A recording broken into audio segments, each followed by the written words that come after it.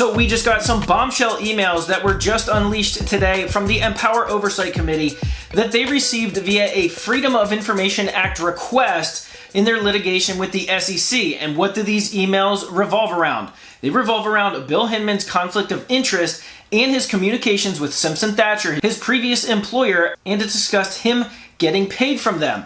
He received warnings. But who did he receive warnings from? How about the SEC Ethics Committee?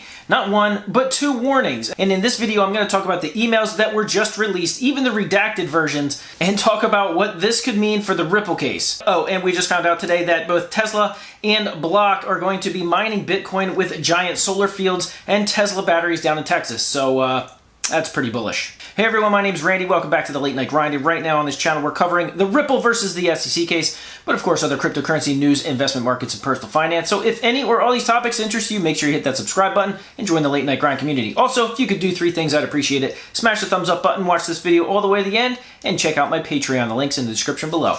All right, guys, let's jump into it. Yep, so nothing to see here. Just some emails that came out from the SEC, which showed the Ethics Committee and Bill Hinman having some back and forth exchanges via email about Bill Hinman and why he shouldn't actually be talking to Simpson Thacher. So in case you're new to the Ripple versus the SEC case or something called ETHgate, then let me back up a little bit. Bill Hinman was once employed by Simpson Thacher. He then came to work as a commissioner at the SEC. That's not a big deal, right? Well, here's what is. We found out months ago that Bill Hinman was actually compensated from Simpson Thacher in the amount of over $15 million. Well, what just came out in these emails is that it wasn't just a retirement plan that he was being paid from Simpson Thacher.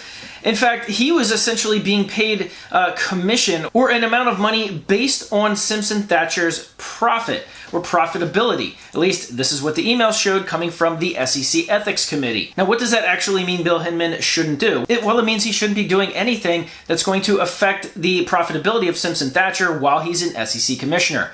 Well, guess what he did? He gave a speech that is infamously known as the Ethereum Free Pass speech. Now, this, of course, has dramatically helped the Ethereum price. But what does this have to do with Simpson Thacher? Well, Simpson Thacher is a member of the Ethereum Enterprise Alliance. That right there is not a good look. It looks like Bill Hinman's using his position at the SEC to benefit his previous employer, of which he's paid a percentage of profitability, of which Simpson Thacher, of course, is a member of the Ethereum Alliance, but they also made massive hundreds of millions of dollars worth of bets or investments in Bitcoin and Ethereum before this speech. That sounds like it could be a conflict of interest, doesn't it? Now, I'm going to put a link in the description below to where you can actually see all these emails, as well as a link to the Twitter feed of John Deaton. He actually laid this out on his Crypto Law Twitter account about what this shows and all the conflict of interest. So after this video, you can go ahead and check that out. But I just wanted to give a brief synopsis of what it entails. So here we go. He posted the Hinman emails. They've been added to his document library at Crypto Law. I'll put a link to that in the description below. Hinman was explicitly warned by a member of the Ethics Committee that he may never meet with Simpson Thacher while in office. And then he promptly and repeatedly violated those rules by actually meeting with them. In fact, we know he met with Simpson Thacher at least 4 times, up to 7 months after this warning. In another email, it shows that a terse exchange with an SEC staffer, Hinman tries to get clearance to attend a meeting with Simpson Thacher in London. She warns him that he can't have any meetings with the firm, and he tries to take the conversation off email by saying, "Let's talk about this live in person." To which the staffer replied with a more explicit and pointed warning that a bar under the Criminal Financial Code that no contact with Simpson Thacher, even calls with them, is legally allowed.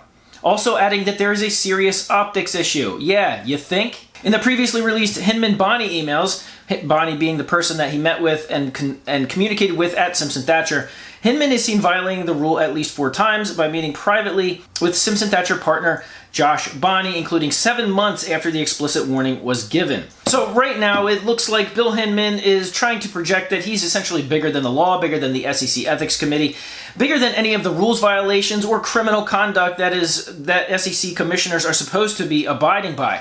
And not only do these emails show explicit warnings, they also show that he met with certain Ethereum investors before he gave the infamous Ethereum Free Pass speech. So now it looks like there's some massive conflict of interest that are coming out, and it is going crazy on Twitter. It's going viral.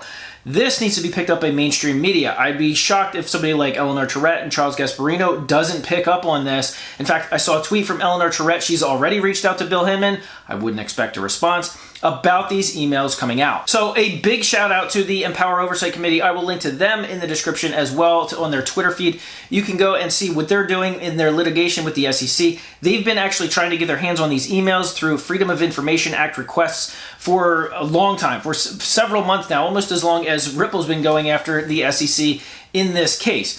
So let's back up and talk about what this could mean for Ripple versus the SEC. Well, the conspiracy theory is that Bill Hinman, along with Jay Clayton, basically conspired to bring this case against Ripple, thus affecting XRP, bringing some price suppression to XRP, because knowing that institutional buyers and banking users will stay away from XRP because it's a no-go. They're being sued by the SEC. Regardless of what internationally people are using it for and institutions and banks are using it for, in the United States is essentially the jumping off, the launch pad for things like this, especially since Ripple's located in the United States. So if they're embroiled in this battle with the SEC, it's just simply a suppression mechanism.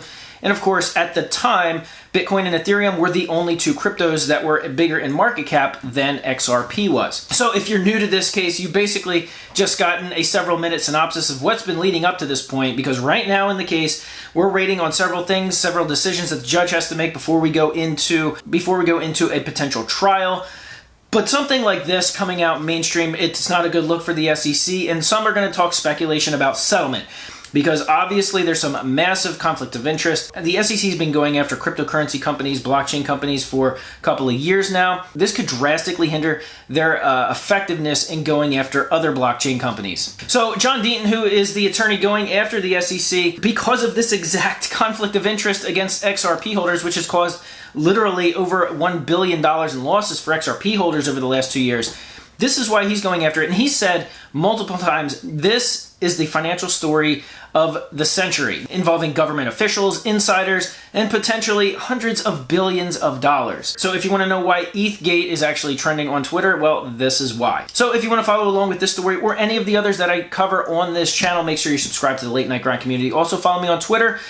You can see all of the different documentation that is coming out and being shared on Twitter, on my Twitter feed, as well as John Deaton's Twitter feed, James Filan's Twitter feed, and several others. You can go follow them as well. All right, guys, thank you so much for watching. I really appreciate you watching all the way to the end, for smashing the thumbs up button, and as always, I'll see you guys on the next video.